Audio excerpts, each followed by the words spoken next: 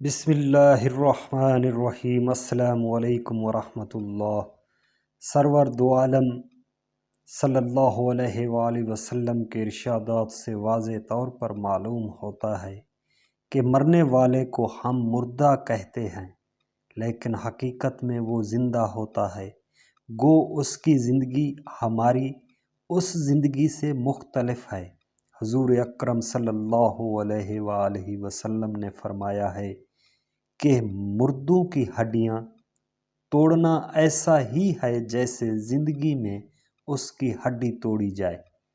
ایک مرتبہ سرور دو عالم صلی اللہ علیہ وآلہ وسلم نے حضرت عمرو بن حزم بینڈ کو ایک قبر سے تکیہ لگائے ہوئے بیٹھا دیکھ کر فرمایا کہ اس قبر والے کو تکلیف نہ دے۔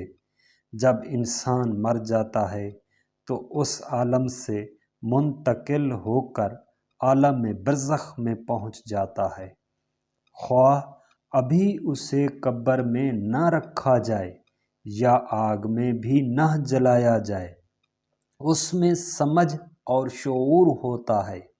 رسول اللہ صلی اللہ علیہ وآلہ وسلم نے فرمایا کہ جب نعش چارپائی وغیرہ پر رکھ دی جاتی ہے اور اس کے بعد قبرستان لے جانے کے لیے لوگ اٹھاتے ہیں تو اگر وہ نیک تھا تو کہتا ہے کہ مجھے جلد لے چلو، اور اگر وہ نیک نہ تھا تو گھر والوں سے کہتا ہے کہ ہائے میری بربادی، مجھے کہاں لے جاتے ہو؟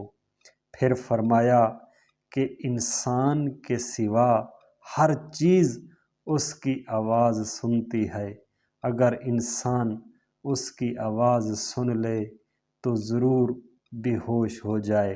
موت کے بعد سے قیامت قائم ہونے تک ہر شخص پر جو زمانہ گزرتا ہے اس کو برزخ کہا جاتا ہے۔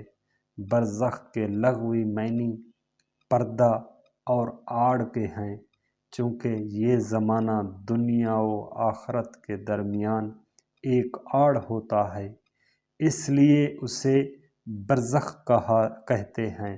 چونکہ عام انسان اپنے مردوں کو دفن کیا کرتے ہیں، اس لیے احادیث میں برزخ کی راحت یا عذاب کے بارے میں قبری کے الفاظ آتے ہیں، اس کا مطلب نہیں۔ السلام علیکم ورحمۃ اللہ وبرکاتہ۔